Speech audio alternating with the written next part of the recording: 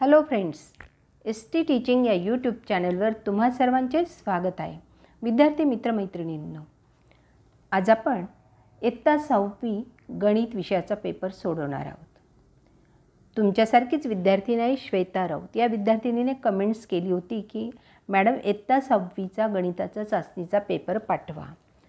तर विद्यार्थी मित्रांनो, मला श्वेताचं कौतुक वाटलं. तिने अभ्यासाविषयी दाखवलेली उत्सुकता आनंद देऊन गेली. तर चला तर मग आजचा व्हिडिओ पाहूया आपण.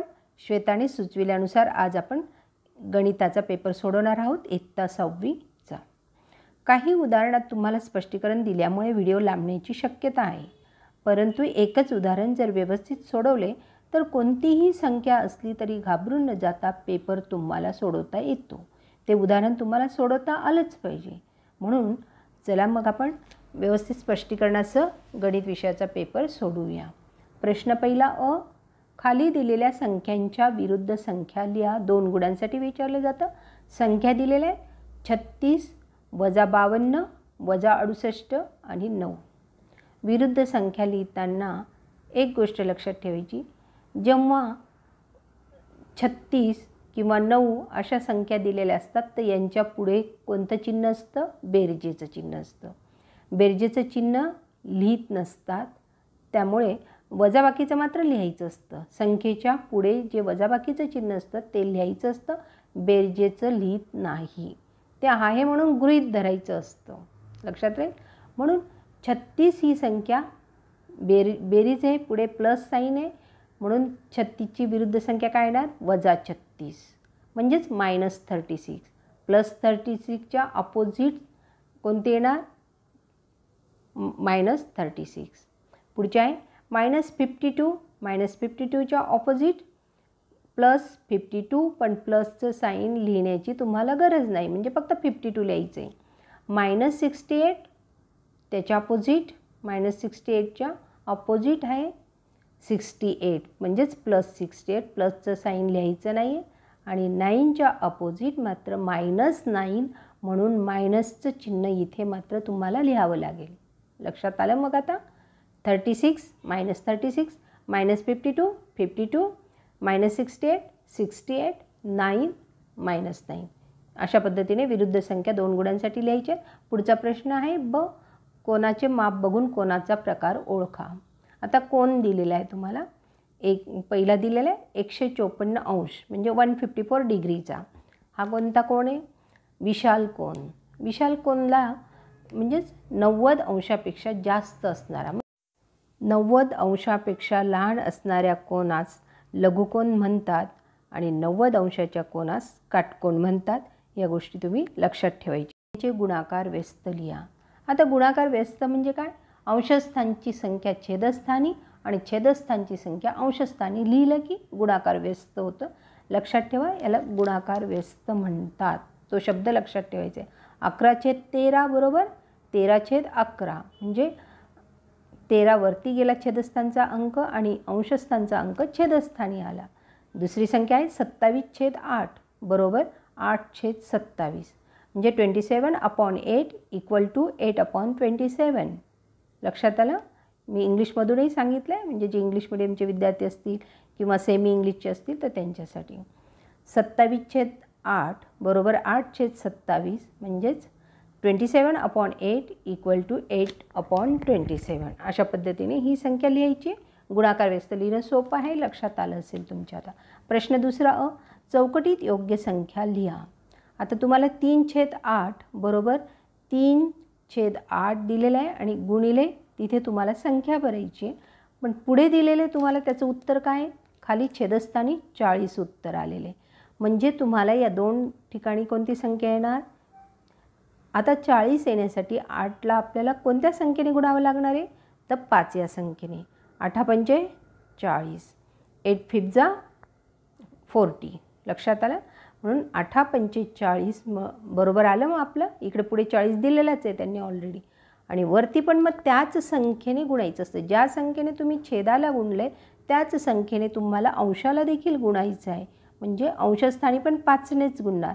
मग वरच्या अंशस्थानच्या संख्यांचा गुणाकार बघा बरं. 3 × 5 = 15 म्हणून 15/40 असं हे उत्तर आलेलं आहे. लक्षात आलं? मग आता कोणत्याही संख्या दिल्या तुम्हाला 3/8च्या जागी तुम्ही 5/6 घ्या, 8/9 घ्या किंवा 8/3 घ्या, 3/8 घ्या, 3/7 घ्या. तुमच्या मनाने तुम्हाला ज्या वाटतील त्या संख्यांनी ही गणितं सोडून बघायची. पुढचं आहे ब. अपूर्णांकांचा गुणाकार करा 4 गुणांसाठी. 9/5 गुणिले 2/5. आता अपूर्णांकांचा गुणाकार करताना काय करायचं आहे? इथे अंशस्थांच्या संख्या अंशस्थानी लिहायच्या, छेदस्थांच्या संख्या छेदस्थानी. 9/5 आधी लिहिला, मग 9ला गुणिले दुसरा अपूर्णांक काय आहे? त्याचा अंश 2 आहे, म्हणजे म्हणून 2 लिहिलं, आणि त्याचा छेद 5 आहे म्हणून छेदस्थानी 5 लिहिलं. मग 9 गुणिले 2 बरोबर 18, 5 गुणिले 5 25. इथे पण तुम्ही कोणत्याही संख्या टाकून गुणाकार सोडवू शकतात. 9च्या जागी तुम्ही 1 पासून तर कितीही संख्या टाकू शकतात. खाली छेदस्थानी 5ला पण तुम्ही 1 पासून कोणतीही संख्या तुम्ही घेऊन, त्याच पद्धतीने 2/5लाही तुम्ही तुमच्या मनाने संख्या घेऊन अपूर्णांकांचा गुणाकार करू शकता. पुढचा प्रश्न आहे 3/5 गुणिले 1/2.